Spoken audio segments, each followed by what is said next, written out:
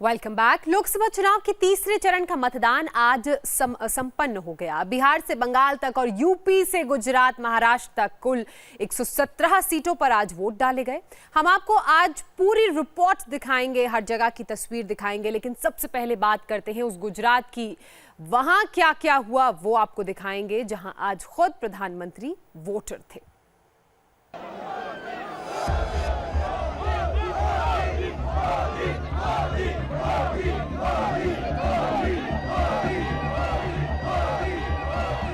हाथ जोड़कर देश के प्रधानमंत्री आगे बढ़ रहे थे और हजारों का हुजूम मोदी मोदी के नारे लगा रहा था।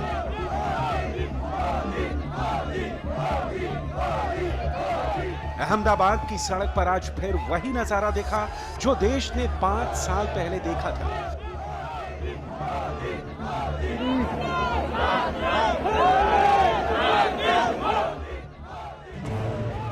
प्रधानमंत्री मोदी वोट डालने दिल्ली से अहमदाबाद के निशान हाई स्कूल पहुंचे थे। देश के प्रधान सेवक को देखने जन सैलाब उमड़ आया था। खुली जीप में बैठकर पोलिंग बूथ पहुंचने के बाद मोदी जब पैदल आगे बढ़े तो भीड़ की भावनाएं सारी सीमाओं को तोड़ गईं और जुबां पर सिर्फ एक नाम था।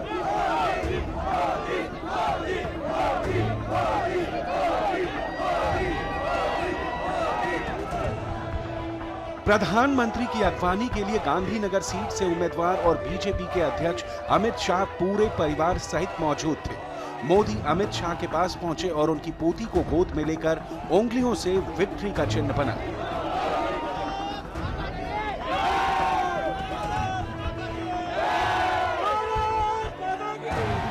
और पोलिंग बूथ के अंदर जाकर अपना वोट डाला। अपने मताधिकार का इस्तेमाल करने के बाद अमित शाह के साथ मोदी सड़क पर पैदल चल पड़े और एक बार फिर पूरा इलाका मोदी मोदी के नारों से गूंज उठा।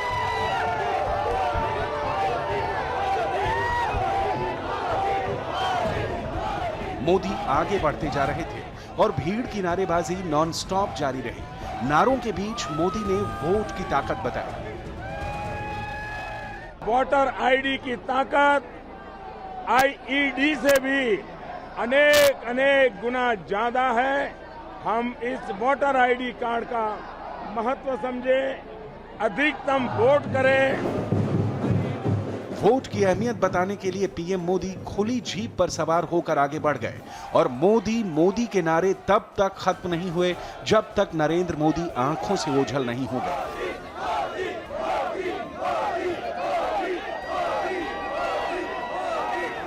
कैमरे में कैद मोदी के लिए ये जोश और जुनून तो आज पूरे हिंदुस्तान ने देखा, लेकिन क्या ऐसी ही दीवानगी चुनाव को लेकर भी है? ये सवाल हमने डायरेक्ट वोटर से पूछा। Narendra Modi as a leader कितने पसंद है आपको? नहीं, definitely he is one of the best leader in the India as of now.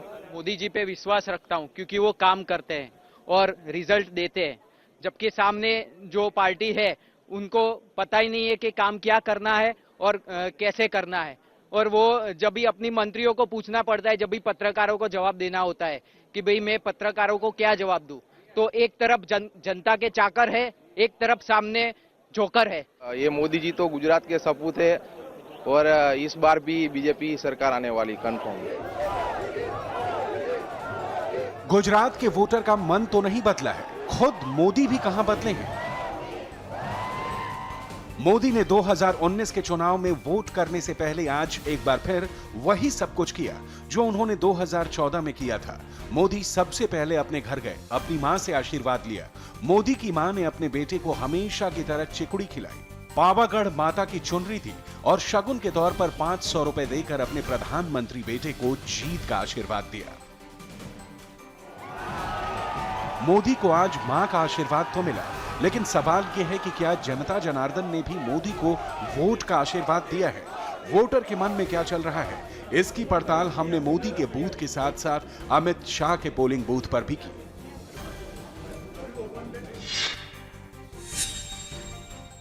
देश को जो लाभदायी है, देश को बचाने वाला है, देश की सलामती है, तो मोदी ही श्रेष्ठ है।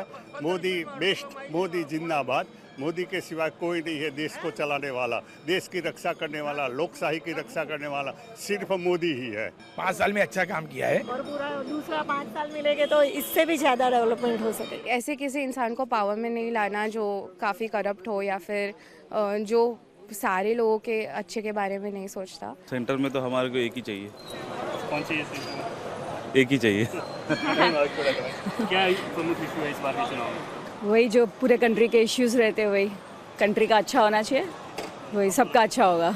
इश्यू तो मुझे तो कोई लगता नहीं है वन साइड ही है, क्योंकि देखो इतना प्रोग्रेस हुआ है, ये सर्जिकल स्ट्राइक हुई है, तो बट नेचर है कि भाई वन साइड इलेक्शन है, मुझे ऐसा लगता है। कैसी सरकार चाहिए आपको?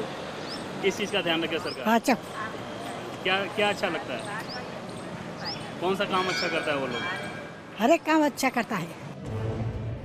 बीजेपी के अध्यक्ष अमित शाह पहली बार लोकसभा चुनाव लड़ रहे हैं। आज नारायणपुरा के इस पोलिंग बूथ पर अमित शाह ने अपने पूरे परिवार के साथ वोट डाला और फिर कामेश्वर महादेव मंदिर में जाकर पूजा अर्चना की। गांधीनगर सीट से उम्मीदवार अमित शाह के लिए यह सीट जीतना कोई बहुत बड़ी चुनौती नहीं है। गांधीनगर सीट पिछले 30 साल से बीजेपी का गढ़ है। 1989 से यहां बीजेपी कभी चुनाव नहीं हारी। लाल कृष्ण आडवाणी 5 बार यहां से सांसद चुने गए। आडवाणी के चुनाव इंचार्ज रहे अमित शाह इस सीट पर आसानी से जीत सकते हैं। लेकिन बीजेपी के लिए बड़ा चैलेंज है 2014 की तरह गुजरात की 26 में से 26 सीट पर जीत हासिल करना। अब सवाल यह है कि आज मोदी के इस वोट शो से जो लहर पैदा हुई है, क्या वो लहर गुजरात में बीजेपी की उम्मीदें पूरी कर पाएगी? जवाब 23 मई को मिलेगा। देवेंद्र पराशर के साथ निर्णय कपूर, इंडिया टीवी, गांधीनगर। गुजरात के गांधीनगर में वोटिंग के बीच मोदी मोदी का शोर सुनाई दिया तो उत्तर प्रदेश के रामपुर में आजम खान के परिवार ने धांधली का शोर मचा दिया। आजम खान को गुस्सा क्यों आया, इस रिपोर्ट के जरिए आप देखिए। वोटर्स की ये लंबी कतारें उस रामपुर की हैं जिस पर पूरे देश की निगाहें हैं। चुनाव प्रचार के दौरान रामपुर की जंग के अलग अलग रंग देखने को मिले। समाजवादी पार्टी के उम्मीदवार आजम खान और बीजेपी उम्मीदवार जयाप्रदा की लड़ाई में लोगों का ध्यान खींचा। रामपुर की सियासी लड़ाई में जुबानी जंग चुनाव के दिन भी देखने को मिली। वोटिंग शुरू होने के चंद घंटे बाद ही आजम खान के बेटे अब्दुल्ला आजम खान ने अफसरों को टारगेट किया और कहा कि लोगों को वोट नहीं डालने दिया जा रहा। यह उस बेटे का बयान है जिसके पिता की रामपुर में तूती बोलती है। 1985 से रामपुर में आजम का डंका बोलता है। तो क्या आजम खान डर गए हैं? यह जानने से पहले सुनिए अब्दुल्ला का बयान। प्रशासन 2 महीने से भारतीय जनता पार्टी का इलेक्शन लड़ा रहा है। इसकी शिकायत हम चुनाव आयोग से भी कर चुके, इसकी शिकायत हम जहां जहां कर सकते थे वहां कर चुके, लेकिन कोई एक्शन नहीं हुआ। झूठ बोल रहे हैं। अब्दुल्ला और आजम खान को कुछ कहना चाहेंगे आज के दिन जब पूरा जनता बताएगी, हम कुछ कहने की जरूरत नहीं, जनता कहेगी। आजम के बेटे के बयान पर जयाप्रदा ने पलटवार किया तो कुछ घंटों बाद आजम खुद सामने आ गए और उन्होंने सीधे डीएम पर सवाल उठा दिया। मीटिंग करके जिलाधिकारी ने कहा कि योगी जी मेरे भगवान हैं और मैं उनका भक्त हूं और भक्त भगवान के लिए कुछ भी कर सकता है। उनकी रिकॉर्डेड स्पीचेस हैं। चुनाव के लिए जो प्रोत्साहित किया जाता है वोटर्स को, उसमें उन्होंने खुलकर बीजेपी के लिए वोट मांगा। रामपुर आजम खान का मजबूत गढ़ रहा है। वो यहां से कई बार विधायक रह चुके हैं, लेकिन आजम खान के बयानों से लग रहा है कि वो डरे हुए हैं। आखिर इस डर की वजह क्या है? इसका जवाब उस जनता से लेते हैं जो आज दिन भर मतदान के कतारों में खड़ी रही। ये डाल दिया, ये निशान। कितना मजबूत है ये वोट आपका, ये बताएं, और किन मुद्दों के आधार पे? जी, ये सेंटर की गवर्नमेंट बनाने के लिए बहुत मजबूत है और ये लोग यहाँ अंदर देर बहुत लगा रहे हैं। किन मुद्दों को ध्यान में रख के वोट डाला है? जी, 3 बड़े प्रत्याशी, 3 बड़े चेहरे। जी, देश की तरक्की के लिए हमने वोट डाला ताकि हमारा देश जो है जहाँ है लोग बिल्कुल हक की आवाज उठाएं और हक की बात करें। वहाँ पर कोई ऐसा काम ना हो जिससे कि जनता को परेशानी हो। मुस्लिम बहुल इलाका है। इसीलिए रामपुर की एक अद्भुत तस्वीर हम आपको दिखाते हैं। एक पूरा परिवार अपने घर से अब यहां के लिए निकला है और वो सीधा यहां वोट डालने के लिए आ रहा है। अब यही समझ लीजिए कि ये तस्वीर खुद बयां करती है कि ये लोकतंत्र का महापर्व है और इसकी कितनी अखंडता है। क्या नाम है आपका? किन मुद्दों को ध्यान में रख के आज आप वोट डालने हैं? क्योंकि एक बहुत बड़े दिन है आज, पूरे परिवार के साथ आए हैं जी। क्या क्या सोच के आ रहे हैं कि वोट कैसे देंगे, क्या देंगे? वोट आजम खान को देंगे, इंशाल्लाह सरकार बदलनी है बस। आपका क्या नाम है? फसात अली खान। क्या सोच के समझ के आज आप वोट डालने हैं? पूरा परिवार आज आपका साथ है यहाँ पर। काम बोलता है, हाँ।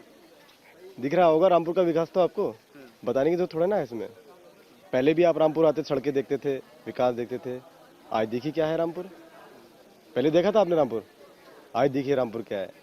और ये तस्वीर है एक ही परिवार के 3 जनरेशन एक साथ हैं। हाँ। हमारे पता है किसको डालना है, पहले से ही रामपुर में मुस्लिम आबादी निर्णायक है। कतारों में लगे वोटर आज अपना मन बनाकर आए हुए थे। ईवीएम का बटन दबते ही उस पार्टी को वोट गया जिससे वोटर्स ने उम्मीदें रखी हैं। ना कोई भी किसी भी सरकार हो वो मुसलमानों की बात नहीं करता है। मुसलमान को इसके लिए खुद सोचना पड़ेगा कि अब हमें क्या करना है। आज हम जो मुसलमान की कौम में बहुत पीछे जा रही है हर चीज़ में, शिक्षा के दौर में नौकरी तो है ही नहीं मुसलमान के लिए। मुसलमान बहुत पीछे है। आपको लगता है सिर्फ चुनावी प्रोपेगेंडा में ही मुसलमान को मोहरा बनाया जाता है और मुस्लिम हर पार्टी करती है। जो फतवा या फिर वायरल वीडियोस या मैसेज सर्कुलेट होते हैं वो भी इसी तरीके से जो पर्चा बांटे जाते हैं, ये सब पार्टियां ही के लोग होते हैं जो बंटवाते हैं। ये नौजवान को खुद सोचना चाहिए कि अब हमें क्या करना है और किसके साथ जाना है। अच्छा, आपका क्या नाम है? शुएब खान। शुएब साहब, सीधा सवाल है और सेम सवाल है, आपकी क्या राय है? अब पर्चा बंटवाना या फिर इसी समय आपको याद करना और फिर उसके बाद भूल जाना? देखिए सर, सबसे बड़ी बात क्या है कि जब जब चुनाव करीब आता है तो सबसे ये जो हिंदू मुस्लिम का भूत बाहर आता है और राम मंदिर और मस्जिद और ये सारी चीज़ें बाहर आती हैं, लेकिन आज तक कोई समाधान नहीं हुआ। जिसके लिए बीजेपी ने गवर्नमेंट बनाई वो आज तक मुद्दे उनके पूरे नहीं हो पाए। तो हम लोग इन चीज़ों से ऊब गए हैं। ना तो हम भारतीय जनता पार्टी के साथ हैं, ना कांग्रेस के साथ हैं, ना सपा के साथ हैं। हम सिर्फ एक अच्छी सरकार ढूंढ रहे हैं। खास तौर पर मुस्लिम तबका बिल्कुल पिछड़ा हुआ है हिंदुस्तान के अंदर, जिसको यही नहीं मालूम कि उसका अस्तित्व क्या है, वो किस पाले में जा रहा है। वो समाजवादी के साथ जा रहा है, कांग्रेस के साथ जा रहा है या भारतीय जनता पार्टी के साथ जा रहा है। तो हम सबसे ज्यादा पिछड़े हुए हैं। हमें कुछ नहीं चाहिए हिंदुस्तान के अंदर। हिंदुस्तान हमारा है साहब, ये हमारी धरती है, यहाँ पैदा हुए हैं, यहाँ मरेंगे, यहाँ के लिए जिएंगे और यहाँ के लिए मारेंगे। किन मुद्दों को सोच के आज आपने वोट दिया? सर, सबसे पहली चीज़ तो डेवलपमेंट। जैसे इंडिया चल रही है, एक सेकुलर कंट्री है, मेन चीज़ डेवलपमेंट होनी चाहिए इंडिया में जिस तरीके से। प्लस अनएम्प्लॉयमेंट इतनी है इंडिया में, जितना आजकल के यूथ बिल्कुल खाली डल रहा है। इतनी सारी डिग्रीज लेकर भी इंजीनियरिंग आप देख तो कितने ट्रॉल्स बनते हैं इंस्टाग्राम पे, फेसबुक पे। उस चीज़ को ख़त्म करके आप एम्प्लॉयमेंट दीजिए, आप जॉब दीजिए। आप इतने बड़े बड़े वादे करते हैं कि आप जॉब देंगे, डेवलपमेंट करेंगे, लेकिन वो चीज़ कहीं दिखाई नहीं देती है। वीडियो मैसेजेस वायरल हो रहे हैं, ये सारी चीज़ें हो रही हैं और महागठबंधन का बहुत जोर चल रहा है, ऐसा सब कह रहे हैं। नहीं, ऐसा कुछ भी नहीं है, सबको पता चल जाएगा। आज का तीसरा चरण है। हम लोग, हमारी बीजेपी सरकार और दोबारा से मोदी सरकार दोबारा बनेगी। आपके लिए मुद्दा क्या है? ये हिंदू मुस्लिम की राजनीति करने वाले ये लोग, या फिर जो फतवा जारी कर रहा है, वीडियो मैसेज वायरल कर रहे हैं वो लोग, ये उनका असर आपके दिमाग पे पड़ेगा जब आप वोट डालने जाएंगे?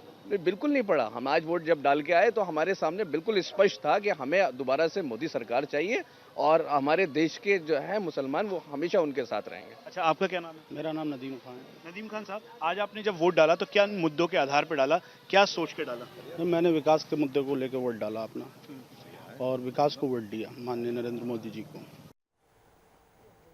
रामपुर में आजम खान ने धांधली का आरोप लगाया तो मैनपुरी में अखिलेश यादव ने ईवीएम पर ही सवाल खड़े कर दिए।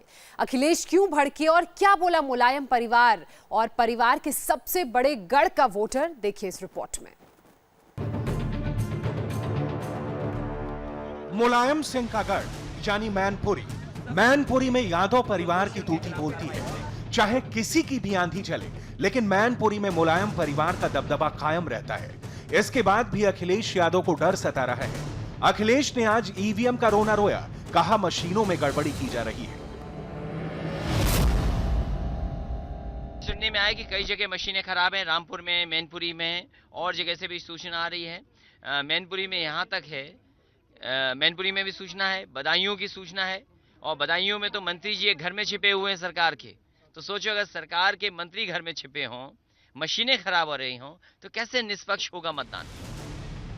सैफई में आज पूरा यादव परिवार वोट डालने गया। वोट डालने के बाद अखिलेश यादव ने यह बयान दिया तो सब चौंक गए। इस डर की वजह क्या है? क्या यह डर सचमुच का है या यादव परिवार में शिवपाल यादव की बगावत इसकी वजह है? बहरहाल इस सवाल का जवाब हमने सैफई की जनता से जानने की कोशिश की। 2014 में भी हम आए थे यहाँ पे, तब परिवार एक था, अब झगड़ा हो गया, इसका कुछ असर देख रहे हैं? नहीं, ऐसा कोई असर नहीं। क्यों? अब यहाँ तो उससे कोई मतलब ही नहीं। यहाँ नेताजी हैं, पहले सुखपाल ताऊ जी रहते थे या तेजू भैया रहते थे, तो अब तेजू भैया मैनपुरी से नहीं है, उनकी जगह माननीय नेताजी हैं, और नेताजी को वोटिंग पर कोई प्रभाव नहीं है। नुकसान तो हो रहा है, क्यों पार्टी दो हो गई तो नुकसान तो है ही। एक पार्टी रहती तो नुकसान न होता। नुकसान तो दूर से दिखा रहा है, नुकसान है। शिवपाल के अलग होने का नुकसान दिख रहा है। क्यों? नुकसान तो दिख ही रहा है। मतलब दोनों लोग एक रहते तो और कुछ बात थी, अब दो पार्टी हो गई तो और कुछ बात हो गई। नुकसान तो हो ही गया है। लेकिन आप लोग यहाँ के रहने वाले हैं, तकलीफ होती है देख के कि क्यों वोट बट रहा है? तकलीफ तो होती है, जब परिवार में फूटन होती है तो दुख तो होता ही है। इस वजह से परिवार में जब फूटन होती है तो दुख तो होता ही है, बहुत भारी दुख है। ऐसे कैसे कहीं दुख नहीं है? शिवपाल यादव अलग हो गए तो वोट काट रहे यादव को? अरे नहीं, अलग कहाँ हो गए, सब शामिल है, कोई दिक्कत नहीं। यहाँ तो सब एक। यहाँ नहीं, इसके अलावा यहाँ तो वो समर्थन कर रहे हैं, बाकी जगह जो चुनाव हो रहा है। बाकी जगह के हमें क्या पता है, हमारा गांव तो एक है, कोई दिक्कत नहीं, कोई लड़ाई नहीं, सब एक हैं हम लोग। नेताजी के लिए कुछ असर नहीं है। ये पूरा नेताजी के लिए वोट हो रहा है, या कोई पार्टी नहीं, कोई कुछ नहीं, नेताजी के नाम पर वोट है। अब मतभेद उनमें है, हम उम्मीद कर रहे हैं कि अगले चांस में सब एक होंगे। जब विधानसभा चुनाव आएगा तब तक सब एक हो जाएंगे।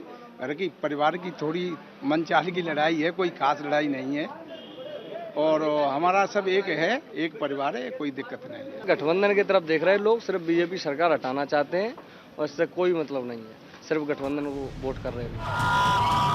2014 में जब पूरे देश में मोदी लहर थी तब भी इस सीट पर उनका जादू नहीं चला। तब मुलायम सिंह चुनाव जीते। इस बार फिर मुलायम मैनपुरी से मैदान में है। मैनपुरी लोकसभा सीट में लगभग 17.3 लाख वोटर हैं। इनमें सबसे ज्यादा वोटर यादव जाति के हैं, जो मैनपुरी में यादव परिवार की बादशाहत की वजह भी है। मैनपुरी अगर यूपी का यादव लैंड है तो मधेपुरा बिहार में यादवों का सबसे बड़ा गढ़ है। मधेपुरा में 3 सियासी दिग्गज मैदान में है। मतदान के बाद बिहार के इस यादव लैंड का वोटर क्या बोला, आप खुद ही सुन लीजिए।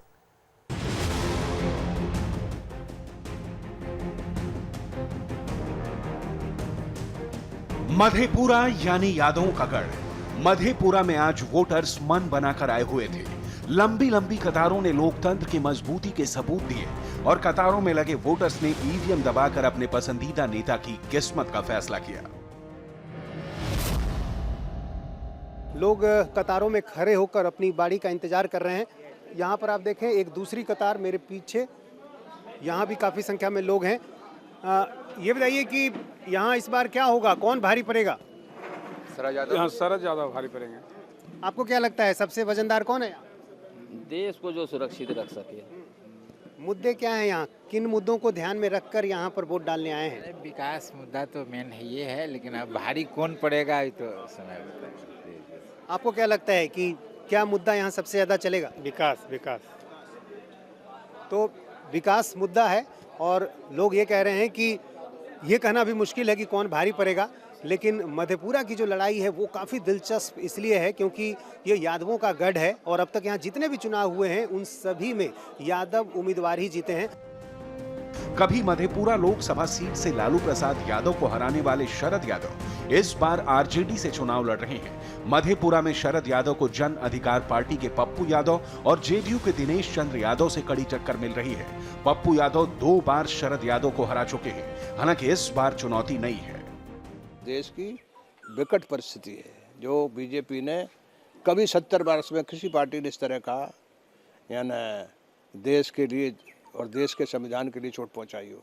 ये संविधान के परे सब काम कर रहे हैं। लड़ाई मुश्किल और अच्छा ये कौन तय करता है? जनता, वो मालिक है। 16% यूथ छात्र इस पर वोटर हैं, और वो ये पब्लिक है, सब जानती है अंदर क्या है भीतर क्या है, ये सब जानती है। मधेपुरा में यादव वोटरों का दबदबा है। 14 लोकसभा चुनाव में 12 बार मधेपुरा से यादव ही चुने गए। लोग सुबह से ही कतारों में लग गए थे। सारा काम छोड़कर लोग वोट देने आए। कुछ लोगों ने अपनी बात पूरे दमखम से रखी। सुबह से ही काफी अच्छी कतार है, तो सारा काम छोड़कर सबसे पहले वोट डालने आए। जी आप बताइए, सबसे पहले वोट देना तय किया? पहले वोट, सबसे पहले वोटिंग। लेकिन मुद्दा क्या सोच कर आए हैं मन में? मुद्दा के बारे में अभी हम नहीं बता सकते। मुद्दा क्या पर देंगे वोट? विकास के आधार पर देंगे, जाति के आधार पर? विकास के आधार पर दिया जाएगा कि जी हाँ, जो सरकार विकास करेगा उन्हीं को ना वोट दिया जाएगा। हाँ, आप लोग बताइए किस आधार पर वोटिंग हो रही है यहाँ पर? मुद्दे के आधार पर? सर यहाँ सिर्फ विकास नेता का होता है, जनता का विकास नहीं होता है। जी, इस बार वोट से इसका जवाब देगी जनता। जी जी। आपको क्या लग रहा है, क्या मुद्दे क्या हैं? सबसे बड़ी परेशानी क्या है? बेरोजगारी। लेकिन 3 बड़े नेताओं के बीच मुकाबला है, दिलचस्पों का मुकाबला लगता है। ऐसा तो नहीं है सर। आपको लग रहा है एक तरफा है? जी। तो ये मतदाता हैं जो मन में मुद्दे लेकर आए हैं और उन मुद्दों के आधार पर ही लोग यहाँ पर वोटिंग कर रहे हैं। मधेपुरा के अलग अलग पोलिंग बूथ पर आज महिलाओं की भी अच्छी खासी तादाद देखने को मिली। मधेपुरा में पुरुषों से कम लंबी कतार नहीं है महिलाओं की। आप तस्वीर देखिए कितनी लंबी कतार है महिलाओं की, और यहाँ पर हर कोई पहले वोट डालना चाहता है, अपनी बारी का इंतजार करती है महिलाएं। ये बताइए कि सबसे पहले यहाँ पहुँचना तय किया आपने? हाँ, नहाने के बाद सबसे पहले यहीं आए और मेरा पहला वोट है इस बार। अच्छा, पहला वोट है। तो पहला वोट जब है तो बहुत सारे मुद्दे मन में होंगे। हाँ, सबसे बड़ा मुद्दा है यहाँ का विकास। अभी हमारे यहाँ बहुत सारी समस्याएं हैं। हाल ही में आज सुबह भी बारिश हुई है, तो बहुत सारे मोहल्ले ऐसे हैं जहाँ पानी का जमावड़ा लगा हुआ है। ये बताइए कि सुबह सुबह नाश्ता बनाया घर में कि पहले वोट डालने आई? पहले वोट डालने आई हूँ। पहले मतदान फिर जलपान? जी जी, पहले मतदान उसके बाद परिवार है? जी। क्या पूरे परिवार के साथ ही आई हैं? जी हाँ, ये सब यहाँ से लेकर वहाँ तक सब पूरा एक परिवार है? जी। खाना पीना बाद में बनेगा? बाद में बनेगा। और वोट जो है वो फिर मन में मुद्दे भी होंगे, या फिर घर में पति नहीं बता दिया है कहाँ देना? वो तो अपना मन है, पति वो तो मन तो अपना है जहाँ भी गिराए। क्या यहाँ मुद्दे क्या है? यहाँ पे विकास को लेकर वोट दे रही हैं या किस आधार पे? विकास के आधार पर दे रही हैं। तो महिलाओं में काफ़ी उत्साह है और ये एक अच्छी तस्वीर है। मतदान केंद्र पर महिलाएं काफ़ी दिखाई दे रही हैं। मधेपुरा का मुकाबला त्रिकोणीय है। जनता आज फैसला कर चुकी है। ठीक 1 महीने बाद जनता का फैसला सबके सामने होगा। बिहार के बाद अब बात पड़ोस के राज्य बंगाल की करते हैं। पश्चिम बंगाल में हर चुनाव की तरह लोकसभा चुनाव में भी जमकर बम चले और पत्थरबाजी हुई। बंगाल की चुनावी हिंसा में एक की मौत हो चुकी है, जबकि कई लोग घायल हैं।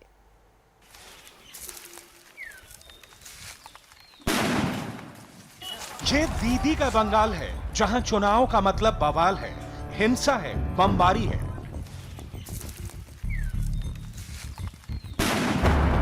पूरे हिंदुस्तान में आज 117 सीटों पर वोट डाले गए। सब जगह शांति से मतदान हुआ, लेकिन बंगाल में क्या हुआ ये आप खुद देख लीजिए।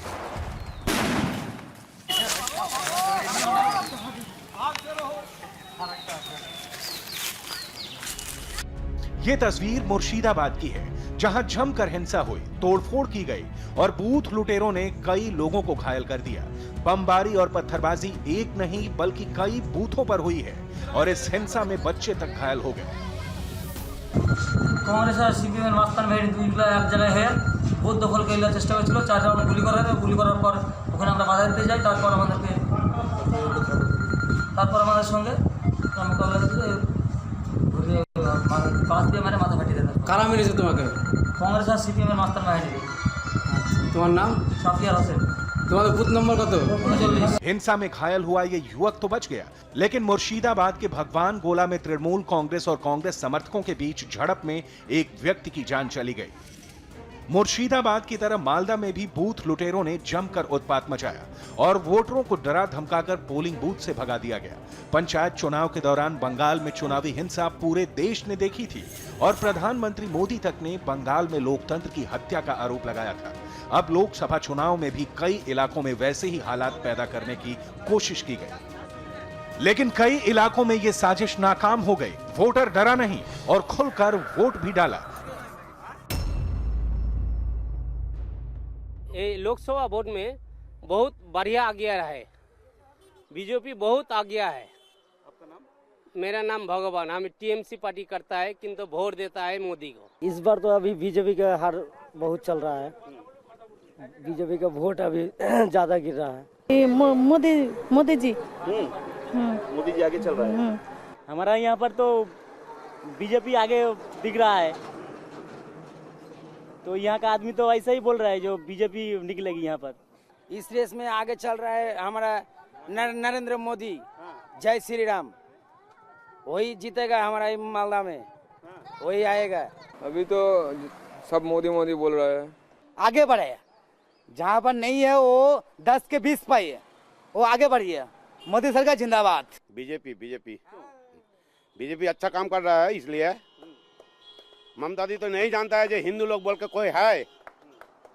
वेस्ट बंगाल में हिंदू बोल के है, ममता जी नहीं जानता है। कहीं वोटर डरा, कहीं वोटर नहीं डरा।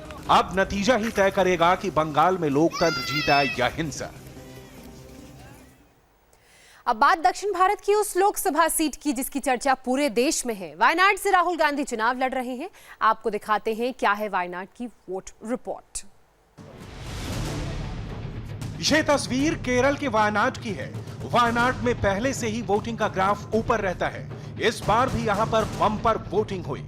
राहुल गांधी पहली बार साउथ से चुनावी मैदान में उतरे और उन्होंने वायनाड को अपनी सीट बनाया। राहुल गांधी के आने से यह सीट हाई प्रोफाइल सीट में तब्दील हो गई। वोट डालकर लौटे वायनाड के लोगों ने आज क्या कहा, सुनिए। India is not only for a community, not only for a religion, not only for some kind of peoples. India is for all peoples, those who are living in India. So my first vote is for those who giving major priority for secularities. They are not having a very good neta.